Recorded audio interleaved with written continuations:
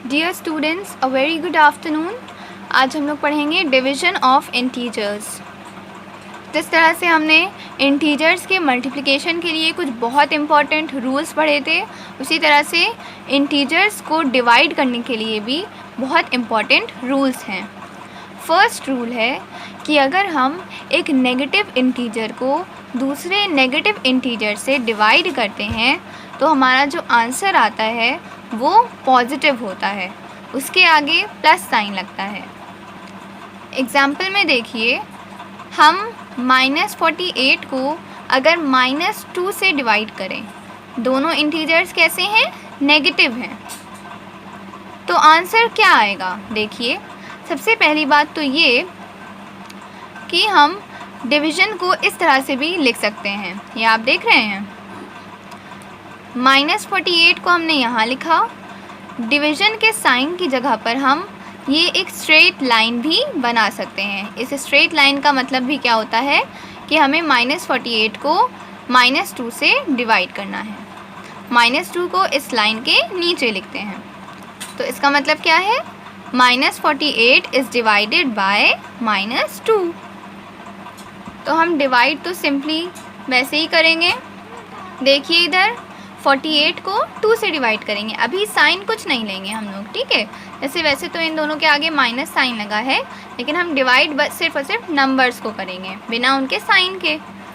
तो हमने इसको डिवाइड किया, 2 2 ज़ा 4, देन 2 4 ज़ा 8, तो आंसर क्या आया? 24 आया। अब ये देखिए, हम आंसर के आगे कौन सा साइन लगाएं? अब हमें कैसे पता चलेगा? उस रूल से पता चलेगा, क्योंकि हमारे दोनों इंटीजर्स नेगेटिव हैं, दोनों इंटीजर्स के आगे माइनस साइन लगा है, इसीलिए आंसर के आगे प्लस साइन लगेगा। और प्लस साइन को हम कैसे शो करते हैं? या तो हम नंबर के आगे प्लस लिखें या ना लिखें, इसका मतलब क्या होता है कि हमारा नंबर पॉजिटिव है। तो पहला रूल क्लियर हो गया कि अगर हम दो नेगेटिव इंटीजर्स को डिवाइड करते हैं तो आंसर के आगे प्लस साइन लगता है। अब सेकेंड रूल ये है कि अगर एक इंटीजर नेगेटिव है, मतलब एक इंटीजर के आगे माइनस साइन लगा है, और दूसरा इंटीजर पॉजिटिव है, दूसरे इंटीजर के आगे प्लस साइन लगा है, तो जब हम ऐसे दो इंटीजर्स को डिवाइड करते हैं तो आंसर क्या आता है? नेगेटिव। आंसर के आगे कौन सा साइन लगता है? Minus sign. इसको आप एग्जाम्पल में देखिए, एक इंटीजर नेगेटिव, एक इंटीजर के आगे माइनस साइन लगा है और दूसरे इंटीजर के आगे कोई साइन नहीं है, मतलब कि यहाँ पर प्लस साइन है। तो जब हम एक नेगेटिव इंटीजर को एक पॉजिटिव इंटीजर से डिवाइड करते हैं तो आंसर कैसा आता है? नेगेटिव आता है। देखिए इसे, पहले तो यही कि हम इसको इस तरह से भी लिख सकते हैं ना, -39, फिर एक स्ट्रेट लाइन और नीचे 13। इसका मतलब भी क्या होता है? -39 को हम 13 से डिवाइड कर रहे हैं। तो देखिए, 39 को जब हम 13 से डिवाइड करेंगे तो आंसर क्या आएगा? 13 3 ज़ा 39, तो आंसर क्या है? 3। तो अब हम आंसर के आगे, मतलब 3 के आगे साइन कौन सा लगाएंगे? ये हमें उसी रूल से पता चलेगा ना, एक के आगे प्लस है, एक के आगे माइनस है, तो आंसर के आगे भी माइनस लगेगा। तो दूसरा रूल भी आपको एकदम अच्छे से क्लियर हो गया ना। अब थर्ड रूल देखिए कि अगर हम एक पॉजिटिव इंटीजर को पॉजिटिव इंटीजर से डिवाइड करते हैं तो आंसर भी क्या होता है? पॉजिटिव होता है। आंसर के आगे प्लस साइन लगता है या कोई साइन नहीं। और फोर्थ रूल है कि अगर हम 0 को किसी भी नंबर से डिवाइड करते हैं तो आंसर क्या आता है? 0। इस रूल को आपको हमेशा याद रखना है कि अगर हम 0 को किसी भी नंबर से डिवाइड कर रहे हैं तो आंसर क्या आता है? 0। इसका एग्जाम्पल देखिए, हम 0 को अगर 25 से डिवाइड करेंगे तो आंसर क्या आएगा? 0 ही आएगा। 25 की जगह कोई भी नंबर हो, हमेशा आंसर क्या आएगा? 0। तो आपने देखा कि हम डिवाइड तो ऐसे ही नॉर्मली करते हैं, बस जो आंसर आता है उसके आगे साइन किस तरह से लगाते हैं? इन रूल्स के अकॉर्डिंग लगाते हैं। अब नेक्स्ट है फिल इन द ब्लैंक्स। कुछ क्वेश्चंस इस तरह से आते हैं कि हमें एक नंबर नहीं दिया होता है और हमें उसको फाइंड करना होता है। जैसे देखिए लिखा है कि कौन सा नंबर ऐसा है जिसे अगर हम 36 से डिवाइड कर दें तो आंसर आए -2। तो ये हम कैसे निकालेंगे? तो अभी तो हमें ये नंबर पता नहीं है ना, हमें ये निकालना है। तो अभी हम इसको x सपोज कर लेते हैं, है ना। ये नंबर क्या है? x है। अब ये क्या बन गया? यहाँ डैश की जगह पर आ गया x, फिर उसके बाद डिवाइड का साइन, 36 इज़ इक्वल टू -2। हमें x की वैल्यू निकालनी है। Okay, x divided by 36 is equal to -2। हमें x की वैल्यू निकालनी है।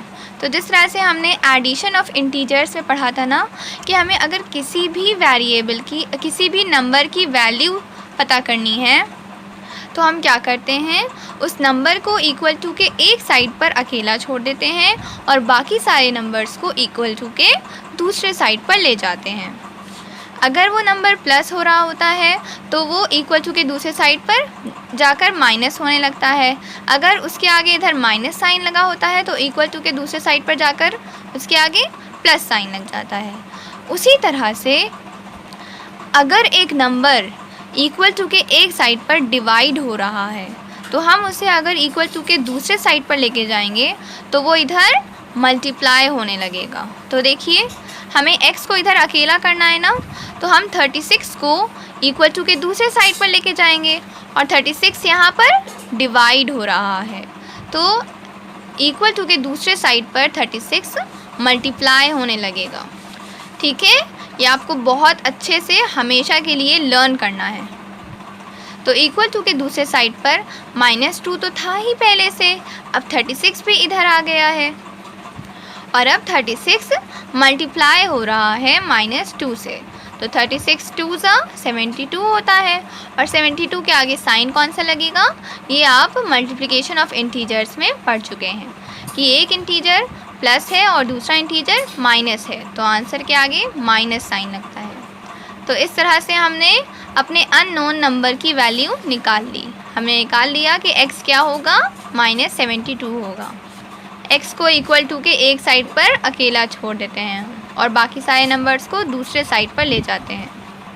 अब देखिए second fill in the blanks क्या है कि किस नंबर को हम 69 से डिवाइड करें जो आंसर 0 आए। तो जल्दी से याद करिए, अभी आपने डिवीज़न के रूल्स में पढ़ा है ना, यहाँ पर क्या आएगा? 0 आएगा। जब भी हम 0 को किसी नंबर से डिवाइड करते हैं तो आंसर क्या आता है? 0 आता है। तो यहाँ पर तो आपने बिना कैलकुलेशन करे ही बता दिया आंसर, क्योंकि आपको रूल आता था। नेक्स्ट अब हम पढ़ेंगे मॉड्यूलस ऑफ एन इंटीजर। एक इंटीजर का मॉड्यूलस क्या होता है? तो जैसे कि कोई भी एक इंटीजर है a, तो a के मॉड्यूलस को हम इस तरह से लिखते हैं a और उसके दोनों साइड पर एक स्ट्रेट लाइन। इसका क्या मतलब है?